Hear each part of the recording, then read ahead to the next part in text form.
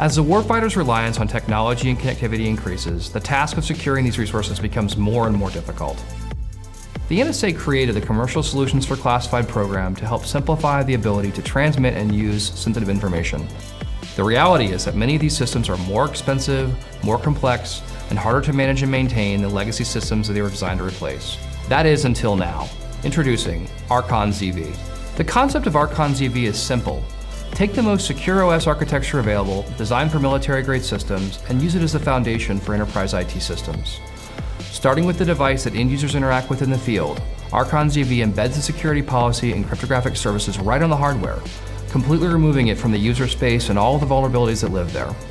To keep with the intention of the CSfC program, all of the security is applied in our secure factory facility and then provisioned directly with the end user's information. The end result is a system ready for deployment.